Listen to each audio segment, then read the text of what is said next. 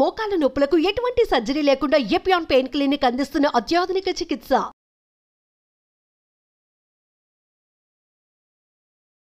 బయట ఫుడ్స్ తింటూ ఉంటాం కదా, తెలుసు అందరూ చూస్తూనే ఉంటారు. అగైన్ అండ్ అగైన్ అది ఎన్నోసార్లు బాయిల్ అయ్యి దాంట్లో వేసి పూరి ఇలాంటి బోండా ఇలాంటివన్నీ, వడ ఇలాంటివన్నీ. ఒక లీటర్ ఆయిల్ ఇండియాలో దొరికే ప్రైస్కి 5 లీటర్లు అక్కడ దొరుకుతుంది. దీనివల్లే క్యాన్సర్ రిస్క్ చాలా చిన్నప్పుడు ఏంటంటే స్కూల్ ఎక్కొట్టడానికి ఇచ్చేదో చిన్న స్కూల్ టైం అయిపోయినా తగ్గిపోతుంది. ఇప్పుడు ఏంటంటే స్కూల్ టైం అయిన తర్వాత కూడా కడుపు నొప్పి ఉంటుంది. So simple thing, you turn the question other way around. Only పెరుగన్నం తిని దాంతోపాటు you don't feel the kick. వినడానికి సో ఒకప్పుడు లేని క్యాన్సర్స్ ఇప్పుడు ఎందుకు వస్తున్నాయి? వ్యాక్సిన్ తీసుకున్నా, మెడిసిన్ వేసుకున్నా ఇంట్లోనే ఏదో మసాలాస్ అన్నీ వేసేసి, ఏవి మనం బిర్యానీలో వేసే మసాలాలు అన్నీ వేసి అది తాగేసేయండి. అది ఎంతవరకు కరెక్ట్? అసలు అట్లా వేసుకున్న వాళ్ళకి ఎఫెక్ట్ ఇప్పుడు చూపిస్తుంది అని అంటున్నారు. అది ట్రూవా? సో కరోనా వైరస్ లంగ్స్కి వెళ్తుందా, పొట్టకి వెళ్తుందా? అమ్మో, ముక్కులోంచి పీల్చుకుంటే ముక్కులోని కదా టెస్ట్ చేయండి.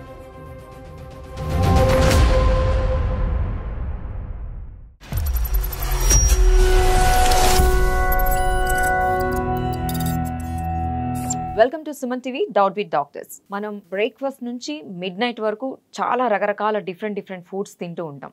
చాలా టేస్టీగా, ఎవరైనా టేస్టీగా ఉందని ఇన్స్టాగ్రామ్లో ఒక పోస్ట్ పెట్టాం కానీ అక్కడికి వెళ్ళిపోయి తినేస్తూ ఉంటాం. తర్వాత పొట్టలో నొప్పి వస్తుంది అంటూ ఉంటాం.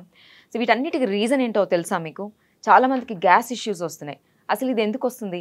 మరి సొల్యూషన్ తెలుసుకోవాలని కదా. సో ఈ ప్రోగ్రాంలో మనం డాక్టర్ చంద్రశేఖర్ పులితో ఉన్నాము. సో తను లండన్ గ్యాస్ట్రో నుంచి వచ్చారు. ఈ షో మొత్తం అసలు ఏ ఫుడ్ తినాలి, ఏ ఫుడ్ తినకూడదు, విమెన్ ఏం తినాలి, మెన్ ఏం తినాలి, అసలు ఈ డైట్స్ ఏంటి, ఈ షో మొత్తం మీకు ఫుల్ డౌట్స్ క్లారిఫై అయిపోతుంది. సో స్టార్టింగ్ నుంచి ఎండింగ్ వరకు మీరు ఐ బ్లింక్ చేయకుండా చూసేయండి. So let's start the show. Welcome to our show doctor Chandrasekhar. How are you? Fine, thank you very much.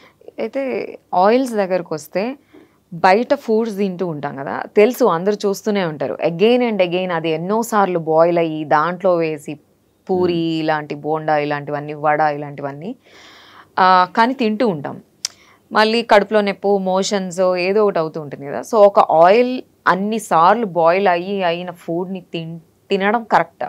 Okay, మంచి పాయింట్ అడిగారు. నాకు ఒక తెలియని పాయింట్ ఏంటంటే 1 లీటర్ ఆఫ్ ఆయిల్ ఎంత ఇండియాలో? 160, 180. So it's quite expensive. అంటే నార్మల్ ఇదైతే. అదే కొంచెం వుడ్ ప్రెస్డ్ ఇట్లాంటివి అయితే 300+. ఓకే, సో చాలా మంచి పాయింట్ చెప్పారు నాకు. So basically I'm sorry to ask this, నాకు ప్రైసింగ్ తెలియదు కాబట్టి అడిగాను. సో యావరేజ్గా యూకేలో I think 5 litres of oil is almost same price what you're telling. అంటే ఎందుకు వల్ల అంటే ఇక్కడ ప్రొడ్యూస్ చేసిన ఆయిల్ అక్కడికి వెళ్తుంది. అక్కడ తక్కువ ఉంది, ఇక్కడ ఎక్కువ ఉన్నది. సో అక్కడ 5 లీటర్స్కి 5 pounds ఎంతో అనుకుంటా, నాకు తెలిసినంత వరకు sunflower oil, if I remember rightly. So 1 litre oil ఇండియాలో దొరికే ప్రైస్కి 5 లీటర్లు అక్కడ దొరుకుతుంది. సో బేసికలీ మనం ఏం చేస్తున్నాము, దాన్ని ప్రైసింగ్ సేవింగ్ చేయడం కోసం క్వాలిటీ కాంపిటీషన్లోకి వెళుతూ ఉన్నాం. సో ఫస్ట్ పాయింట్ ఏంటంటే, so you need to keep a cap on the daily usable ingredients. So దానివల్ల ఏమవుతుందంటే కాంపిటీషన్ తగ్గి దాంట్లో ఒక మెచ్యూరిటీ లెవెల్స్ వస్తూ ఉంటుంది. First point. సో ఒకే ఆయిల్ని మళ్ళీ రీహీట్ చేయడం వల్ల ప్రాబ్లం ఉందా లేదా అనేది చూసుకుంటే, దీంట్లో సాచురేటెడ్ ఫ్యాట్స్, అన్సాచురేటెడ్ ఫ్యాట్స్ అని మన అందరికీ తెలిసిందే. అంటే దీనివల్ల కొలెస్ట్రాల్ పెరుగుతుందని, అది మంచి ఆయిల్, చెడ్ ఆయిల్ అని చెప్పి డిసైడ్ చేసేది. So basical terms on this one. When you're actually దాన్ని ఆక్సిడైజ్ చేసినప్పుడు, అంటే వేడి చేసినప్పుడు ఏమైపోతుంది అంటే unsaturated fats saturated fats, unsaturated fats అయిపోతూ ఉంటాయి. దానివల్ల ఏమవుతుందంటే దీంట్లోకి మనం తీసుకునే ఎస్పెషల్లీ ఈ ఫ్రైడ్ ఐటమ్స్లోకి వెళ్ళిపోతూ ఉంటుంది. దీనివల్లే క్యాన్సర్ రిస్క్ చాలా పెరుగుతూ ఉంటుంది. ఓకే. అండ్ ఇంకోటి, ఈ మధ్య కిడ్స్ని చూసారు కదా, పిల్లలు వీకెండ్స్ వస్తే చాలు పేరెంట్సే వాళ్ళని పిజ్జాలని, బర్గర్స్ అని ఆ ప్లేస్కి తీసుకొని వెళ్ళి వాళ్ళు ఫుడ్ ఎక్కువ తింటూ ఉంటారు, ఇట్లాంటివి మోస్ట్లీ. సో అది మన ఫుడ్ కాదు, మనకు తెలిసిన విషయమే. బట్ పిల్లలు అడుగుతున్నారో లేకపోతే పేరెంట్స్ అలాంటి మనం తినలేదు కాబట్టి వాళ్ళకి తినిపించాలనుకుంటున్నారో తెలియదు, కానీ మోస్ట్ ఆఫ్ ద కిడ్స్ ఇలా వెళ్తున్నారు. అండ్ కిడ్స్కి చాలా హెల్త్ ఇష్యూస్ ఉన్నాయి. ఆ ఫుడ్ తినచ్చా తినకూడదా, అసలు ఎలాంటి ఫుడ్ పెట్టాలి, పేరెంట్స్కి ఏం చెప్తారు అసలు? వాళ్ళు అంటున్నారు అచ్చా నేను తినలేదు కదా చిన్నప్పుడు, నా పిల్లలకి నేను పెడుతున్నాను. మంచి పాయింట్ అడిగారు.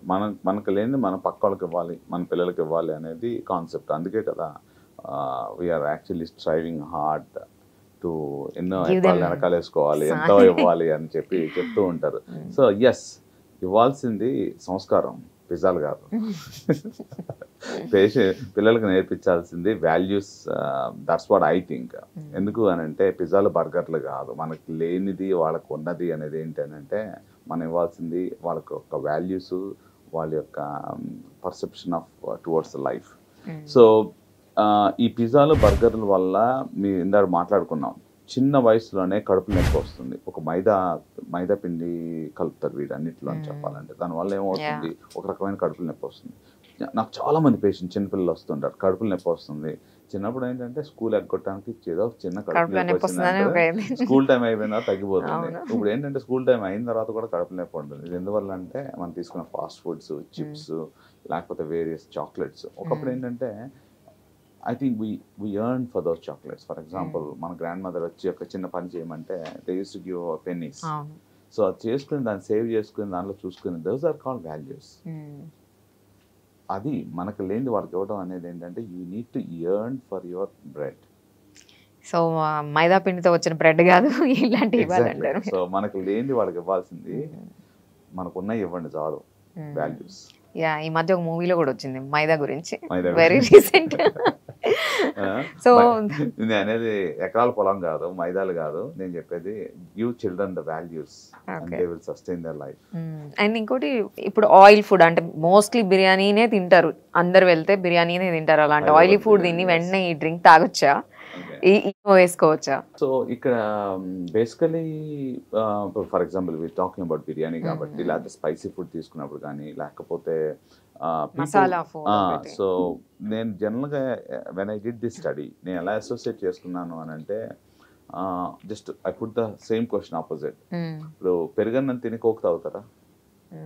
No, you feel like odd. Yes, yeah, you don't like it. అంటే సంథింగ్ ఏదైతే స్టమక్ సూదింగ్ గా అనిపించింది తీసుకునేటప్పుడు ఇంకో సూదింగ్ ఆస్పెక్ట్ తీసుకోవాలంటే మీకు అనిపించట్లేదు. Point number 1. The reason I put this one so that people can get it. అదే కనుక ఒక స్పైసీ ఐటమ్ తీసుకునేటప్పుడు, for example you're eating some like fried chicken లేకపోతే పిజ్జానో సంథింగ్ లైక్ మీరు చెప్పిన బిర్యానీ తీసుకున్నారు for example, that has got too many spices. మనం యాడ్ చేసినప్పుడు దాంట్లో గార్లిక్ అనో ఇంకా వేరే వేరే ఉంటుంది. సో దట్ ఆ ఎసిడిటీని తగ్గించడం కోసం ఇవి ట్రై చేస్తున్నాం. So simple thing, you turn the question other way around. మీరు ఓన్లీ పెరుగన్నం తిని దాంతోపాటు తాగండి, you don't feel that kick.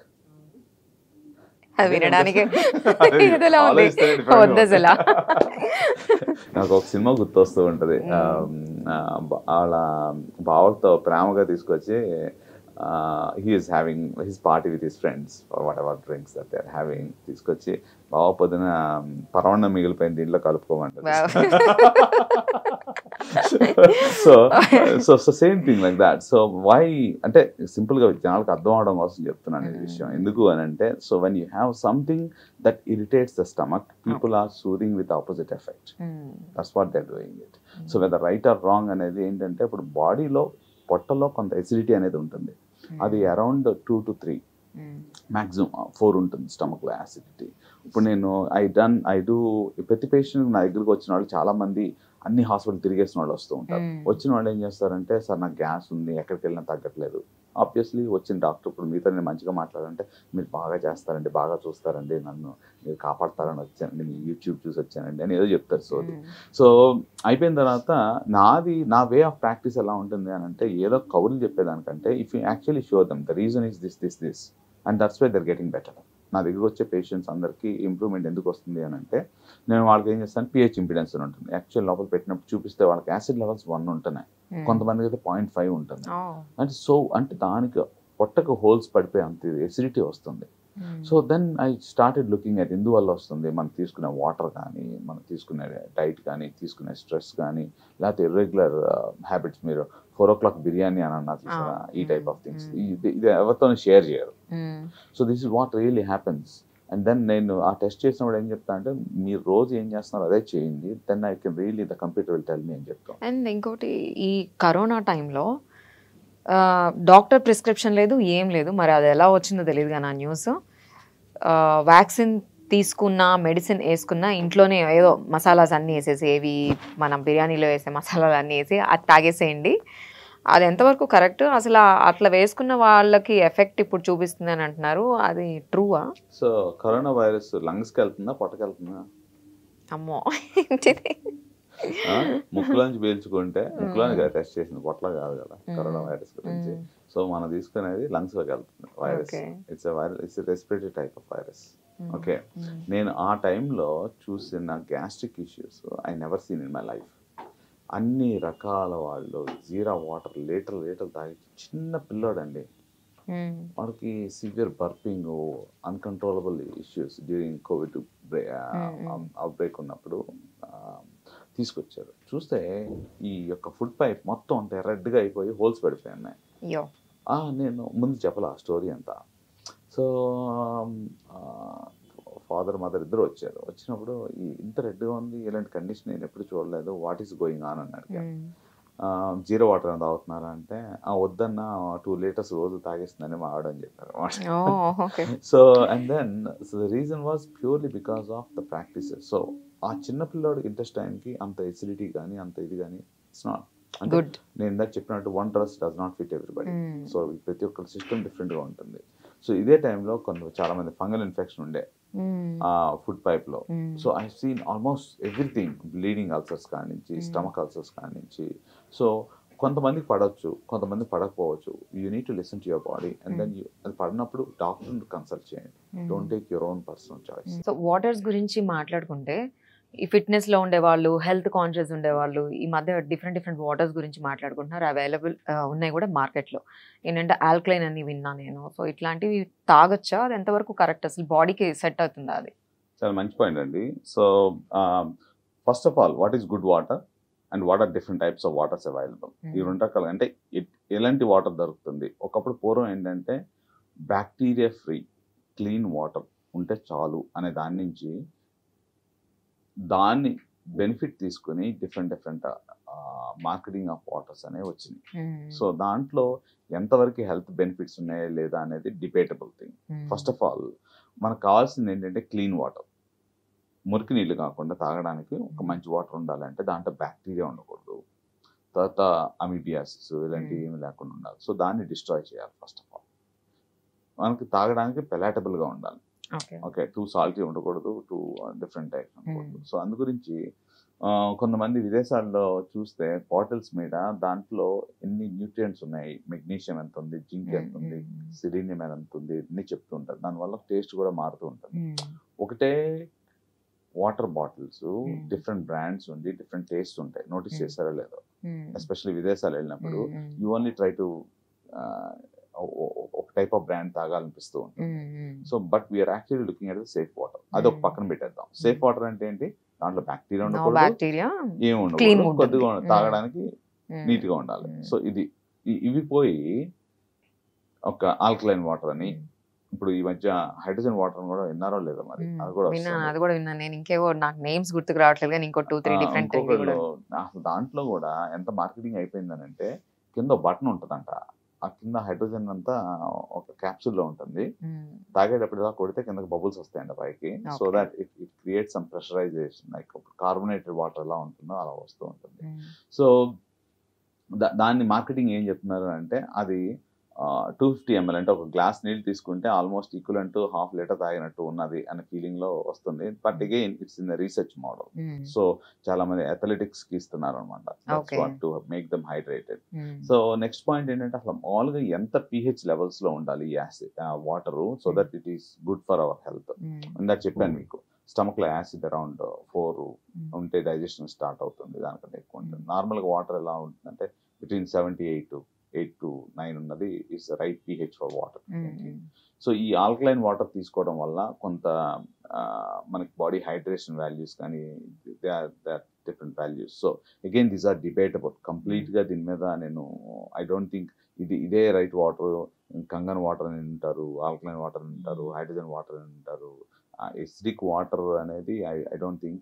But కొన్ని papers, there are too many papers, scientific evidence అయితే లేదు కార్డియాక్ రిస్క్స్ తగ్గుతాయి అని, because they multifactorial, okay cholesterol, BP అవన్నీ ఉంటాయి కాబట్టి. So those are the various things. But in general I think alkaline water and Kangen waters they're all fine. Make sure most importantly అనేది దాంట్లో bacteria లేకుండా, contamination లేకుండా చూసుకోవాలి. నాకు వచ్చే గ్యాస్ట్రిక్ పేషెంట్స్ ఏంటంటే ఈవెన్ దో వాళ్ళు మంచి వాటర్ తీసుకున్నా వాళ్ళకి హెచ్ పైలోరీ ఇన్ఫెక్షన్ అనేది ఒకటి ఉంటుంది పొట్టలో, అది ఎక్కువ అవుతూ ఉంటుంది. సో ఇది ఎందువల్ల వస్తుంది అని అంటే మనం తాగే వాటర్ మంచిగా ఉన్నా మనం కడుక్కున్న ప్లేట్స్ మంచిగా లేకపోవడం వల్ల కంటామినేషన్ అయ్యి అక్కడి నుంచి బ్యాక్టీరియా లోపలికి వెళ్తూ ఉంటుంది. సో అది అబ్జర్వ్ చేసుకో. ఓకే. అండ్ ఇవి రీహీట్ చేస్తూ ఉంటారు, ఒకసారి హీట్ చేస్తారు కదా, మళ్ళీ అవెన్లో పెట్టి మళ్ళీ హీట్ చేసుకొని తింటూ ఉంటారు. అండ్ ఫ్రైయర్స్ ఒకటి యూజ్ చేస్తుంటారు, ఎయిర్ ఫ్రైయర్ అంటున్నారు. ఇవన్నీ కరెక్టేనా? ఓకే, చాలా మంచి పాయింట్. నేను కూడా కొన్నాను air fryer, to be honest, diet follow అవుదాం అని చెప్పి. So going back in to the microwaves and reheating. So microwave సిస్టంలో ఏమవుతుంది, మనం మామూలు హీటింగ్లో ఏం చేస్తాము, హీట్ డిస్ట్రిబ్యూట్ చేసినప్పుడు పైకి మొత్తం వచ్చి హీట్ అవుతూ ఉంటుంది. సో కొన్నిసార్లు మనం మాడగొట్టినప్పుడు ఏమవుతుంది అని అంటే దాంట్లో ఉన్న యాక్చువల్లీ కొన్ని విటమిన్ సి ఉందనుకోండి, సో ఒక టెంపరేచర్లో మొత్తం వెళ్ళిపోద్ది. Okay. So there is very fragile micronutrients, vitamin C నువ్వు ఎక్కువసేపు హీట్ చేస్తే టక్ లేచిపోతుంది అన్నమాట. సో అలాగే కొన్ని కావాల్సిన విటమిన్స్ కూడా మనకు కొంత బాయిలింగ్ సిస్టమ్ తర్వాత పోతుంది. సో అదే మైక్రోవేవ్స్ యూజ్ చేసినప్పుడు ఎలక్ట్రోమాగ్నెటిక్ వేవ్స్ యూజ్ చేస్తూ ఉన్నాం. సో దాంట్లో పెట్టినప్పుడు హీట్ చేసినప్పుడు కొన్నిసార్లు డీప్ ఫ్రిడ్జ్లో తీసి ముద్ద పెట్టి చూసారనుకోండి, చుట్టుపక్కలదంతా మాడుతుంది, అంటే హీట్ అయినట్టు అనిపిస్తుంది. నేను actually break it down inside మాత్రం కుక్ అవుతుంది. అంటే అన్ఈవెన్ హీటింగ్ సిస్టమ్ ఉంటుంది. దాంట్లో ఏమవుతుంది, ఒకవేళ కనుక బ్యాక్టీరియా ఉందనుకోండి, మనం ఏదో ఆ హడావిడిలో వండేసిన తర్వాత ఇలా కలిపేసి ఇచ్చేస్తే ఏమవుతుంది, సో దాంట్లో కొన్ని పోర్స్ ఉంటాయి, బ్యాక్టీరియా పోర్స్. అవి రావడం వల్ల కొంతమందికి వామిటింగ్స్, కడుపులు నొప్పి ఇలాంటివి కూడా జరుగుతూ ఉంటుంది. సో ఎక్కువ రోజులు స్టోర్ చేయకుండా మ్యాక్సిమం ఫ్రెష్ ఎంత కావాలో అంతవరకు వండుకోండి. అంటే ఈ బిజీ లైఫ్లో ఏం చేస్తారంటే ఇష్టం చేస్తూ ఉంటారు. నాకు నిన్న కాక మొన్న ఒక పేషెంట్ ఒకరు అడ్మిట్ అయ్యారు. ఆవిడ అలాగే చెప్తుంది, KFC 2 days బ్యాక్ ఫ్రిడ్జ్లో పెట్టిన కనీసం హీట్ చేయకుండా అలాగే తినేస్తుంది అనమాట. సో దీంట్లో వచ్చేది ఏంటంటే 3 types ఆఫ్ ఇన్ఫెక్షన్స్ ఉంటాయి. ఒకటి especially type of food, eggs కానీ చికెన్ కానీ చేస్తూ ఉన్నప్పుడు సాల్మొనెల్లా, టైఫాయిడ్ టైప్ ఇన్ఫెక్షన్స్ వస్తూ ఉంటాయి. కొన్ని ఏంటంటే టాక్సిన్ బేస్డ్ ఫుడ్ పాయిజనింగ్ ఉంటుంది. కొన్ని ఏమవుతుందంటే కొన్ని బ్యాక్టీరియా దాంట్లో స్పోర్స్ అంటాం, అవి ఏంటంటే వాటిని కాపాడుకోవడానికి ఒక షెల్ లాగా క్రియేట్ చేసుకుంటూ ఉంటాయి. వెన్ యూ హీట్ ఇట్ అంత మైక్రోవేవ్, అవి బ్రేక్ అయిపోయి టాక్సిన్స్ కింద వస్తుంది. తీసుకోగానే ఇమీడియట్గా ఫీవర్ రావడం, వామిటింగ్ రావడం, డయేరియా రావడం, అలాంటి టాక్సిన్ బేస్డ్ ఫుడ్ పాయిజన్స్ ఇలాంటివన్నీ జరుగుతూ ఉంటాయి అన్నమాట. సో నేను ఇంకో రకంగా చెప్తాను. మూడోది ఏం చేస్తారంటే, ఫర్ ఎగ్జాంపుల్ మనకు కావాల్సిన ఇంతే ఫుడ్ ఉంటే 10 మందికి ఆర్డర్ చేస్తాం. 10 మందికి ఆర్డర్ చేసినప్పుడు మిగిలిపోయింది మనం ఏం చేస్తాం, తీసుకెళ్ళి ఒక 4 గంటల తర్వాత తీసుకెళ్ళి ఫ్రిడ్జ్లో not immediately what ever it is. So అది కూడా తప్పు. సో అప్పటికి ఏమవుతుంది, when you leave the food for long periods, అప్పటికి బ్యాక్టీరియా ఆల్రెడీ పెట్టేయాలంటారు. అంటే మరి వేడిగా అంటే అంత మరి వేడి కాకుండా ఒక 4 గంటలు వదిలేసి తర్వాత 4 సార్లు కెలికేసిన తర్వాత నెక్స్ట్ రోజు పనికి వస్తుంది కదా లోపల పెట్టుకుంటే దాంతో పాటు బ్యాక్టీరియాని తీసుకెళ్ళి దాంట్లో పోషిస్తాం అన్నమాట. పోషించి బయటికి తీసి దాన్ని పెంచి మళ్ళీ వేరే వాడికి ఇస్తాం. అసలు ఇదంతా ఎందుకు అంటే ఫ్రెష్ ఫుడ్ బెటర్, ఇంకోటి లేదని అంటారు. ఎగ్జాక్ట్లీ. సో ఇప్పుడు ఈ క్యాన్సర్ గురించి ఎక్కువ వింటున్నాం, విమెన్ కానివ్వండి, మెన్ కానివ్వండి, అండ్ అసలు విమెన్లో ఎక్కువ వింటున్నాం మనం. ఈ క్యాన్సర్ రావడానికి కూడా ఫుడ్ సేఫ్టీ లేకపోవడము, ఏది పడితే అది తినేయడము, ఇట్లాంటివన్నీ రీజన్సా? ఎగ్జాక్ట్లీ, మంచి పాయింట్. సో ఒకప్పుడు లేని క్యాన్సర్స్ ఇప్పుడు ఎందుకు వస్తున్నాయి, అసలు క్యాన్సర్స్ అంటే ఏంటి, కామన్ క్యాన్సర్స్ ఏమున్నాయి, ఈ 3 పాయింట్లుగా డివైడ్ చేసుకుంటే, సో ఎస్పెషల్లీ లేడీస్లో చూసుకుంటే బ్రెస్ట్ క్యాన్సర్, అది జెనెటిక్గా కూడా ఉంటుంది. ఆల్సో మనం తీసుకునే ఆహారం మీద ఆధారపడి ఉంటుంది, అండ్ హార్మోన్స్ మీద ఉంటుంది. అలాగే ఇప్పుడు అన్నిటికంటే ఒకప్పుడు చూడండి ఇప్పుడు చూసేది ఆల్మోస్ట్ వారానికి ఒకసారైనా నేను I try to diagnose 1 cancer. Food పైప్లో ఉంటాము, stomach cancer, intestinal cancer, polyps అని ఉంటాయి. సో వీటికి కూడా మనం మారుతున్న కాలానికి మనం వాడుతున్న ఫుడ్ కలరింగ్ ఏజెంట్స్ వాడుతూ ఉంటాం. సో ఇవన్నీ ఏం చేస్తాయంటే మామూలుగా కావాల్సిన కణాలకి వేరే దాంట్లో మార్పిడి జరగడం వల్ల చిన్నగా మొదలయ్యి క్యాన్సర్గా మారుతూ ఉంటుంది. అవన్నీ కాకుండా చాలా మంది మెడిసిన్స్ వాడేస్తూ ఉంటారు. ఫర్ ఎగ్జాంపుల్ ఏం చేస్తూ ఉంటాం, మీకు కొద్దిగా గ్యాస్ అనిపించింది అనుకోండి, డాక్టర్ దగ్గరికి వెళ్తాం ఎందుకు, పక్క షాప్కి వెళ్తే గ్యాస్ టాబ్లెట్ ఇచ్చేస్తారు కదా అనుకుంటారు. సో ఈ గ్యాస్కి వేసుకున్నప్పుడు ఏమవుతుందంటే ఒక్క చోట ఉండాల్సిన యాసిడ్ లెవెల్స్ ఇంకో చోటకు వెళ్ళినప్పుడు దాంట్లో కణాలు తేడా కనిపిస్తుంది. డైరెక్ట్ సిసోఫేగస్ అని అంటారు. దీన్ని ఏం చేస్తారు, మాస్క్ చేసుకుంటుంటారు. టాబ్లెట్లు వేసుకుని ఓకే పర్వాలేదు, మీరు చెప్పినట్టు ఇనో తాగడం, కోక్ తాగడం ఏదో చేస్తూ ఉంటారు. 2 నిమిషాల్లో అవ్వాల్సిన పనిని ముందే కనుక్కుంటే ఏం చేస్తాం, ఎర్లీగా ఉంటే తీసేస్తాం విదేశాల్లో, దాన్ని వదిలేస్తూ ఉంటారు. సో లాస్ట్ వీక్ ఒక ముసలావిడ వచ్చారు మాకు 70 years, 3 నెలల నుంచి చెప్తున్నారంట నాకు ఈ ప్రాబ్లం ఉంది అని. అంటే ఆవిడ ఉండేది గద్వాల, పిల్లలు ఉండేది వేరే చోట. ఆ మాట లేదు. స్టేజ్ 1 క్యాన్సర్ కాస్త స్టేజ్ 3 తర్వాత 3 నెలల తర్వాత జస్ట్ ఈనో తాగిచ్చి తీసుకురావడం వల్ల what I could able to, అంటే పెద్ద సర్జరీ లేకుండా తీసేయాల్సిన ప్రాసెస్ని దే హ్యావ్ డిలేడ్ ఇట్. చాలా మంది పెద్ద చేసుకుని వస్తారు. ఎందుకు? Because of the easy availability of medications. ఎక్కడికి వెళ్తే అక్కడ మందులు దొరుకుతాయి, వేసుకుంటారు, సొంత డయాగ్నోస్ చేసుకుంటారు. చాలా మంది క్లినిక్ వచ్చి అడుగుతుంటారు, ఏదో టాబ్లెట్ రాయండి సార్ అంటారు. ఏదో టాబ్లెట్ రాయటం ఏంటి, ప్రాబ్లం ఏంటో తెలుసుకోకుండా. You understand? సో విదేశాల్లో ఇలా జరగదు. So I mean we talk to them, నీకు ఇంత ఏజ్ ఉంది, ఈ సిమ్టమ్స్ ఉన్నాయి, రెడ్ ఫ్లాగ్ సిమ్టమ్స్ అంటారు అన్నమాట. కొంతమంది మింగుడు పడకపోవడం, కొంతమందికి రక్తం పట్టడము, వెయిట్ లూజ్ అవటము, ఎనీమియా రావడం, these are all called red flags.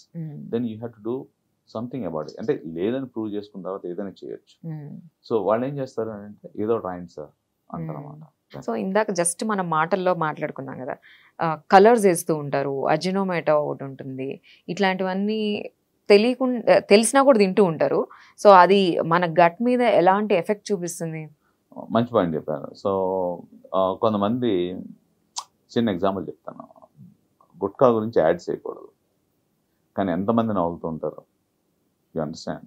So ఇదేంటంటే ఆ పర్టికులర్ సెల్కి ఆ exposure of the chemical is not right. So నేను చాలా మంది చూస్తూ ఉంటాను, సరే నాకు అన్ని మంచి హ్యాబిట్స్ ఉన్నాయంట, చూస్తే ఇక్కడ అంతా నల్లగాను తెల్లగాను ఏ రకమైన టారింగ్ ఉంటుంది. సో టారింగ్ ఉన్నప్పుడు నేను ముందు చెప్పరు, గ్యాస్ ప్రాబ్లం అంటుంటారు. నేను identify them the moment they walk in. I can to see ఇక్కడ అదంతా ఉంటుంది, చూసి కలర్ డీకలరేషన్ ఉంటుంది. వాళ్ళ ప్యాంక్రైటిస్ కూడా వస్తుంది పేషెంట్స్. అలాగే కలరింగ్ ఏజెంట్స్ వల్ల క్యాన్సర్ రిస్క్ చాలా ఎక్కువ ఉంటుంది. అందుకే నేను చెప్తున్నాను 65 ఐటమ్స్ 4 గోళ్ల మధ్యన ఫుడ్ని కూడా పెడతారు అన్నమాట. ఓకే, సో అందుకని చెప్పి అది తీసుకోకుండా ఉండడం బెటర్ అంటారు మీరు.